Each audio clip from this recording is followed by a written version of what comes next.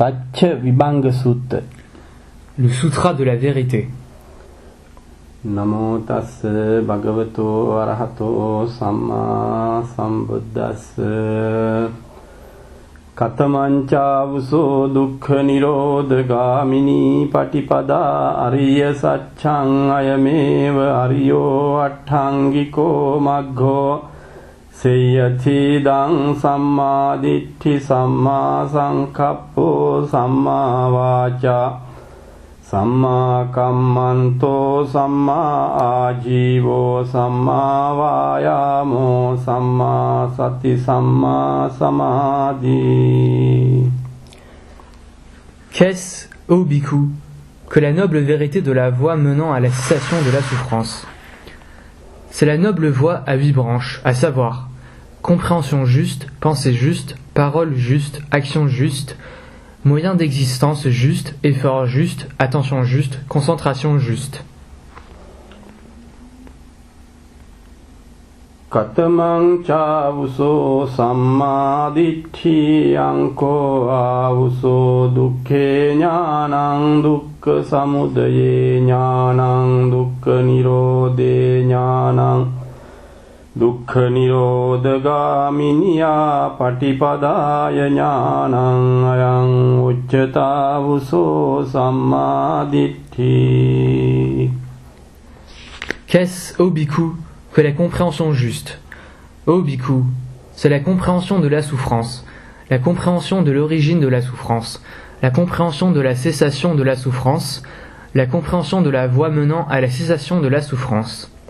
Cela est appelé la compréhension de la souffrance. Katamang chavuso samma sankappo nikkamma sankappo avyapada sankappo avihinsa sankappo ayang uccata vuso samma sankappo. Qu'est-ce, ô bhikkhu, que la pensée juste? La pensée libre de désir, la pensée libre de malveillance, la pensée libre de cruauté, cela est appelé la pensée juste.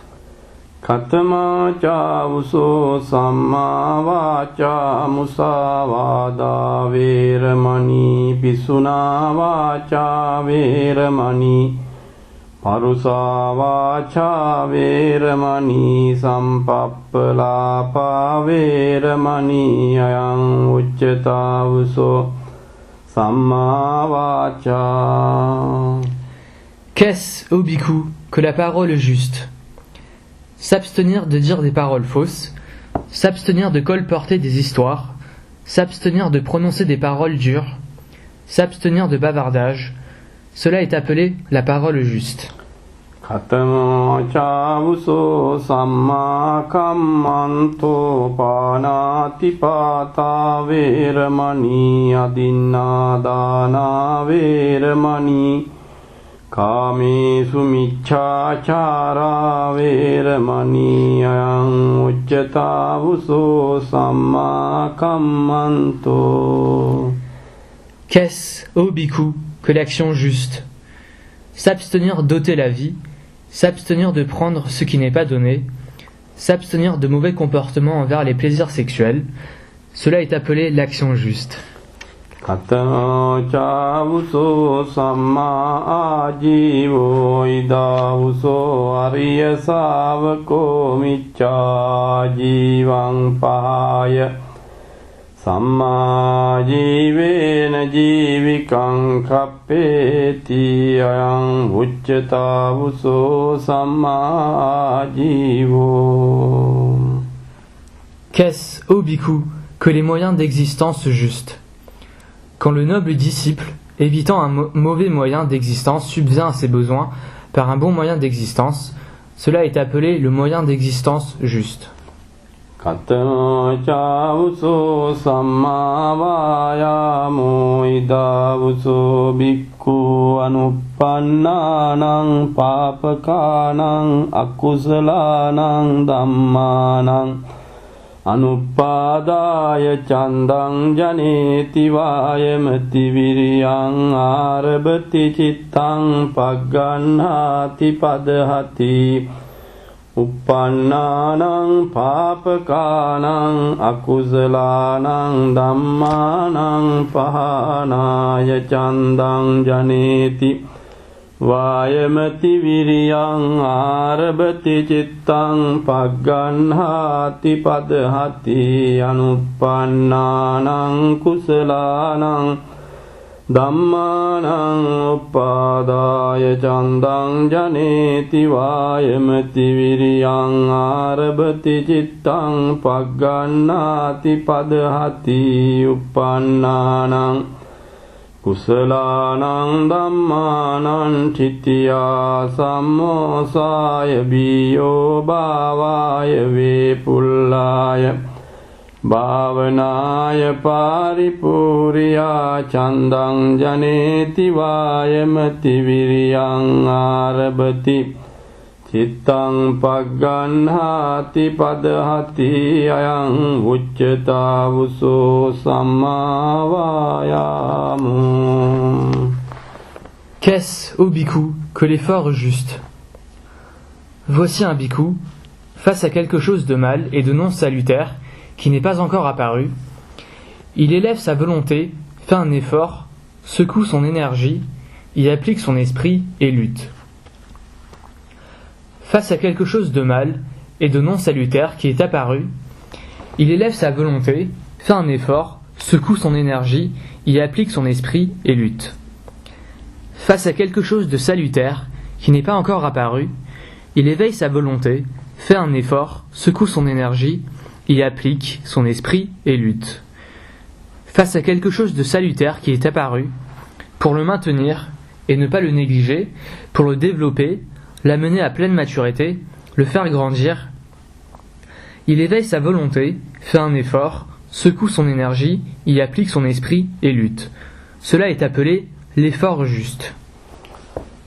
Kattama cāvuso sammā sati dāvuso bhikkhu kāye kāyānupassī viharati ātāpi sampajāno satimā vineyya loke abhijjā domanassaṁ vedanā suvedanānupassī viharati ātāpi sampajāno satimā vineyya loke abhijjā domanassaṁ citte cittānupassī viharati ātāpi sampajāno satimā vineyya loke abhijjā domanassaṁ dhammesu dhammānupassī viharati ātāpi sampajāno satimā vineyya loke abhijjā domanassaṁ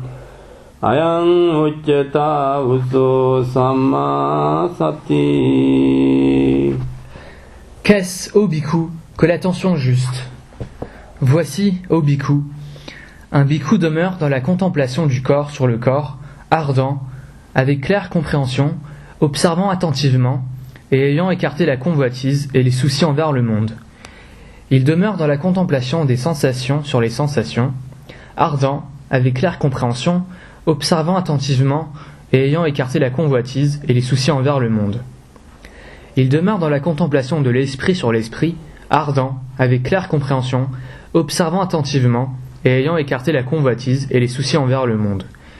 Il demeure dans la contemplation des objets mentaux sur les objets mentaux, ardent, avec claire compréhension, observant attentivement et ayant écarté la convoitise et les soucis envers le monde.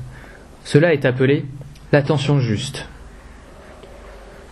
Kattama cāvuso sammā samādhi dāvuso bhikkhu viviccheva kāmehi vivicca akusalehi Dhammehi savitakkam savichārang vivekajang pīti sukang patamajjānang upasampajya viharati vitakka vichārānang upasamajjatang sampasadanam චේතසෝ ඒකෝති භාවං අවිතක්කං අවිචාරං සමාධිජං පීති සුඛං ဒ ුතියඥානං උපසම්පජ්ජ විහෙරති පීතියාච විරාගා උපේක්ඛකෝච විහෙරති සතෝච සම්පජානෝ සුඛංච කායේන පටිසංවේදේති අන්තං අරියා චික්ඛන්ති උපේක්ඛකෝ සතිමා සුඛ විහාරීති තතියඥානං උපසම්පජ්ජ විහෙරති සුඛස්ස ච පහනා දුක්ඛස්ස ච පහනා පුබ්බේව සෝමනස්ස දෝමනස්සානං අත්තං ගමා දුක්ඛං අසුඛං උපේක්ඛා සති පාරිසුද්ධින් චතුත්ථඥානං උපසම්පජ්ජ විහෙරති අයං උච්චතාවුසෝ සම්මා සමාධි ඉදං උච්චතාවුසෝ දුක්ඛ නිරෝධගාමිනී පටිපදා අරිය සත්‍යං. Qu'est-ce, ô bhikkhu, que la concentration juste? Voici, ô bhikkhu, un bhikkhu.